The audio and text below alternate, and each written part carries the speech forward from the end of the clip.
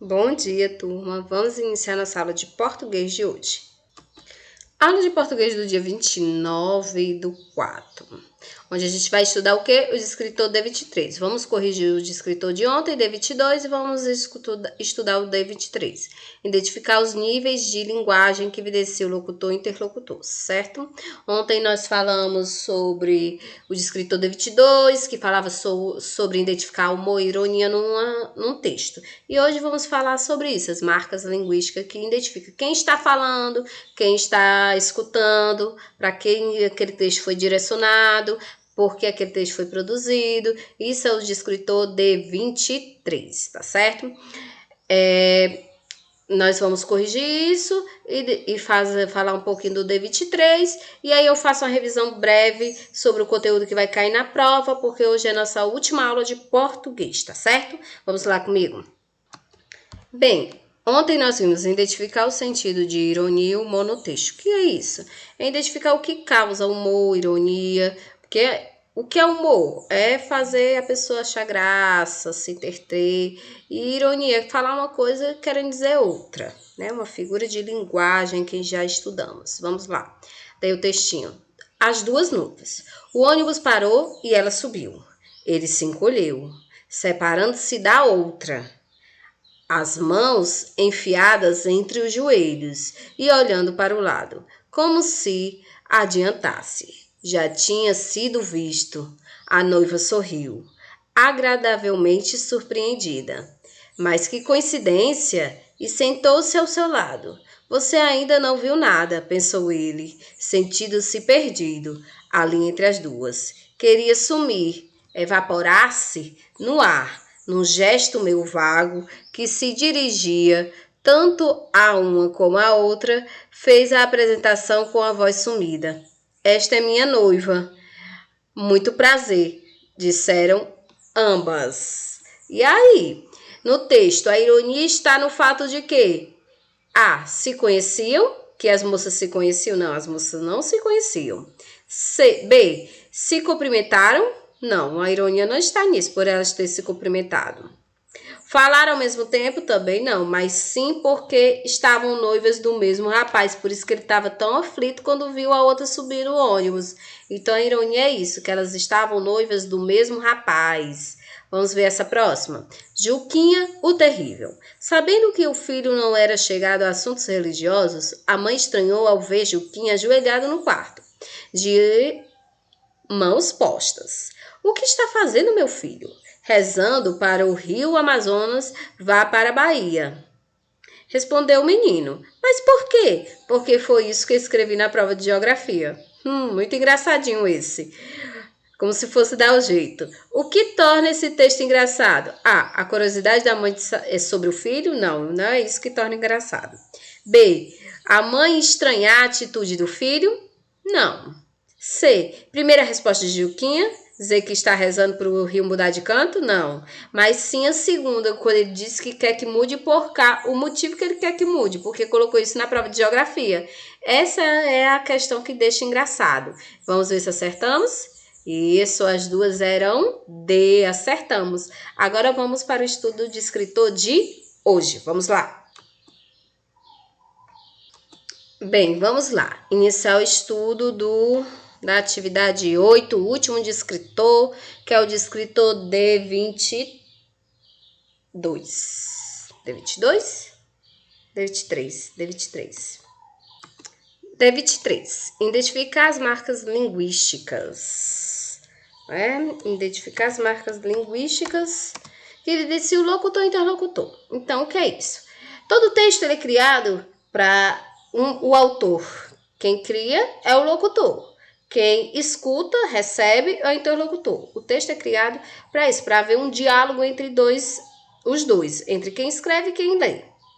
Então, é isso, é identificar quem escreveu, quem é que está lendo, para quem foi direcionado aquele texto. Isso é o D23. Vamos lá. Cara aluno, todos nós realizamos atos de comunicativos, do modo em que acordamos até a hora de voltarmos a dormir. E para isso, podemos utilizar a linguagem verbal escrita, que é a linguagem verbal, que é a linguagem verbal escrita, que é a linguagem não verbal, símbolos, gestos, desenhos, placas, bem como a linguagem não verbal. Estes atos comunicativos geralmente envolvem um locutor, ou seja, quem emite a mensagem, um interlocutor que recebe a mensagem em si, texto verbal ou não verbal propriamente dito, dentre outros elementos. Muitas vezes é possível identificar quem é o locutor ou interlocutor de um texto através de marcas linguísticas. Quando observamos um diálogo entre mãe e filho, podemos, por exemplo, verificar características linguísticas que marcam ambos os papéis. As diferentes marcas, as diferenças mais marcantes são as gerações. Para ficar mais claro, observe. Então, o que quer dizer isso? Quer dizer que, pronto, se é uma criança que está falando, pela maneira que ela está falando, você vai saber que é uma criança. Se é um adulto, pela maneira que ela está falando, você vai saber que é um adulto. Pela fala, pela escrita. Então, dá para identificar se é um velho, se é um jovem, se é uma pessoa mais estudada, se é uma pessoa da roça. Isso são os tipos de linguagem, que pode ser formal, informal. O que é uma linguagem formal? Que segue todas as regrinhas da norma portuguesa. O que é informal? Que é a linguagem que a gente usa no dia a dia, com os amigos, que pode ter gíria, que pode ter vícios de linguagem, certo? Agora vamos ver aqui. Isso é o D23, identificar os tipos de locutor e interlocutor de um texto, certo? Então, vamos ler esse texto. Presa. Só tenho tempo para manchetes no metrô. E o que acontece na novela? Alguém me conta no corredor. Escolho os filmes que não vejo no elevador. Pelas estradas que eu encontro na crítica do leitor. Pelas estrelas que eu encontro na crítica do leitor. Eu tenho pressa e tanta coisa me interessa, mas nada tanto assim. Eu me concentro em apostilas, coisa tão normal. Leio os roteiros de viagem enquanto rola o comercial. Conheço quase o mundo inteiro por cartão postal. Eu sei de quase tudo um pouco e quase tudo mal. Eu tenho pressa e tanta coisa me interessa, mas nada tanto assim. Vamos lá. Identificar aqui o que se está pedindo. É possível identificar a presença da linguagem informal no trecho. Qual dessas frases tem uma linguagem informal, uma linguagem que você usa no dia a dia com seus amigos, com seus pais? É uma linguagem que não precisa obedecer necessariamente tudo da regra da norma portuguesa. Vamos lá. A. É o que acontece na novela. Alguém me conta no corredor. Aqui está obedecendo, tá? Então, ela está de acordo com a norma padrão. Então, ela não é uma linguagem informal. Eu quero uma linguagem informal. Escolho os filmes que eu não vejo no elevador. Que eu não vejo no elevador. Também aqui está correta. Leio os roteiros de viagem enquanto rola o comercial. O comercial rola?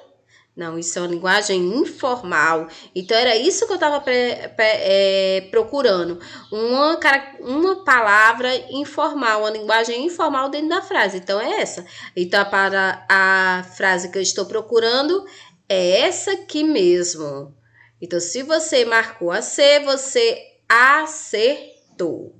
Certo? Porque nessa aqui, ó, conheço quase o mundo inteiro por cartão postal. Também ela está obedecendo a norma portuguesa. Então, não é essa que a gente está procurando. A gente está procurando uma frase que tem a presença de linguagem informal. E rola é uma linguagem informal, certo? Então, a certa é essa aqui.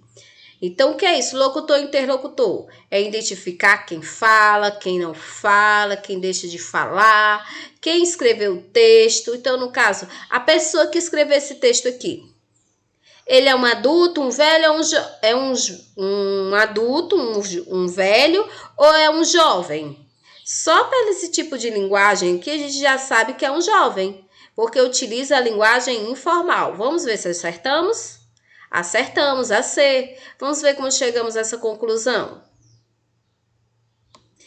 Inicie essa atividade lendo o texto atentamente. Em seguida, reflita sobre quem poderia ser o locutor desse texto, um jovem, um adulto? Que marcas no texto tornam possível a suposição de que é um jovem que fala? Em seguida, leia o comando da questão e as alternativas.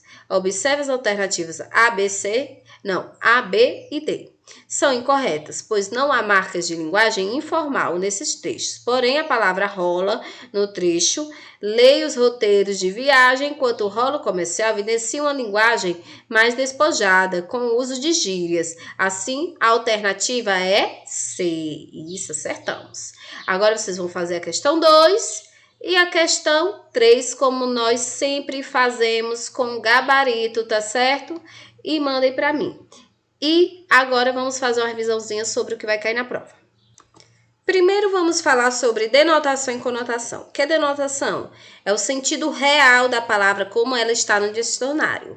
Atribui às palavras significados claros e objetivos, que evocam um único sentido, aceito pelas pessoas como comum e convencional. Então aqui, a rosa é uma flor perfumada. Estou falando da rosa propriamente dita e disse que ela é perfumada. Isso é uma coisa real.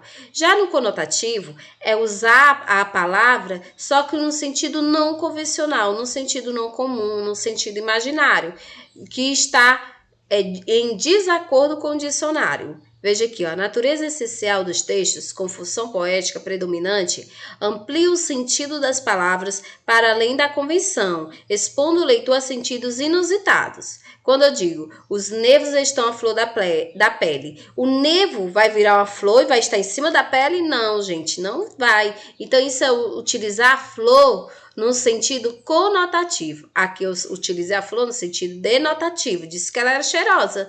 Já aqui eu utilizei a flor dizendo que os nervos são flores e estão em cima da pele. Isso não pode acontecer, isso é imaginário, isso é utilizar a flor com outro significado. Então, isso é conotativo, tá certo? Dentro disso, nós temos as figuras de linguagem, metáfora, personificação, comparação, hipérbole, onomatopeia, eufemismo, ironia, personificação. Essa aqui vocês desclassificam, que a gente não está estudando, que essa é hiperbato, não estudem, e metonimia. Então, antes da gente falar disso, vamos falar sobre ambiguidade. A ambiguidade não é uma figura de linguagem propriamente dita, é uma figura de palavra. Que é isso, Laís? É uma palavra que ela identifica, tem dois significados. Podemos classificar que são palavras que são empregadas que têm dois significados. Igual nós vimos no exemplo da atividade de ontem. Isso vai ser palavras que vão ter dois significados diferentes. Pode ser compreendido de duas maneiras diferentes, tá certo? Agora, nós vamos ver as figuras de linguagem. O que é metáfora? Quem lembra? Metáfora é quando eu afirmo que algo é uma coisa que não pode ser. Quando eu digo, ó, a noite é uma criança. A noite pode ser uma criança? Não pode. Mas eu estou dizendo que a noite é uma criança. Isso é uma metáfora. Se eu tivesse usado o conectivo como, já seria comparação. A noite é como uma criança, seria comparação. Mas é metáfora porque eu afirmo que a noite é uma criança. Já a personificação é dar características humanas a algo que não é humano. Então, como eu digo, a Lu está tímida naquela noite. Timidez é uma característica humana e eu disse que a Lu está tímida. Então, isso é personificação. E comparação é comparar elementos usando o conectivo, diferente da metáfora.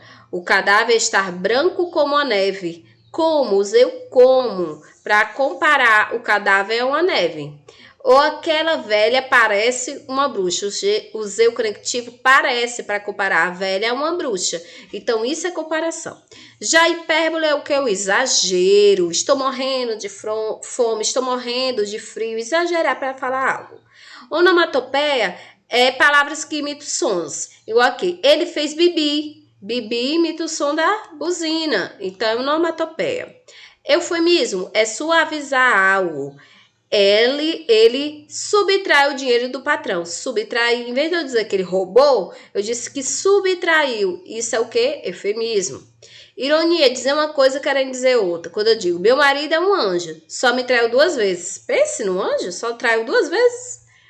Então, aí, Isso é ironia. Personificação nós já vimos. Hiperbato disse que não precisa. Agora, metomínia é trocar palavras por nome de marca, por nome de autor, por palavras que substituam. Fazer essa substituição. Quando eu digo, eu li Machado de Assis. Eu li a pessoa? Não, eu li o livro dele. Eu já era para ter dito, eu li o livro de Machado de Assis. Mas como eu disse, eu li Machado de Assis, isso é metomínia. Eu troquei o livro pelo nome do autor, tá certo?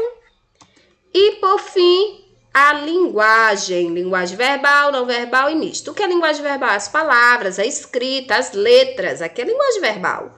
O que é linguagem não verbal? São os desenhos, os símbolos. E linguagem mista é a mistura dos dois, que é o verbal e o não verbal.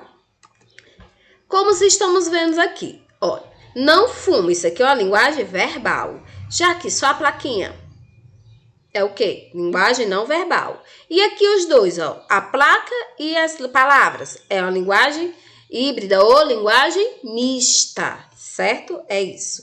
Então, gente, espero que vocês tenham compreendido. Façam as duas questões do descritor D23, mandem um gabarito, porque vocês sabem que tem que mandar atividade, porque as atividades valem 7 pontos. Quem não está mandando não vai ganhar esses 7 pontos, certo? Então, façam, mande, porque a prova só vale 3. Então, para quem não tá mandando as atividades, tá ruim, viu? Porque a prova só vale 3. Então, a prova é semana que vem. Estudem esse conteúdo, essa revisãozinha que eu fiz hoje. E eu vou mandar os prints dessas coisinhas que eu mostrei hoje, tá certo? Para vocês estudarem. Então, tchau, boa atividade. Até semana que vem na prova.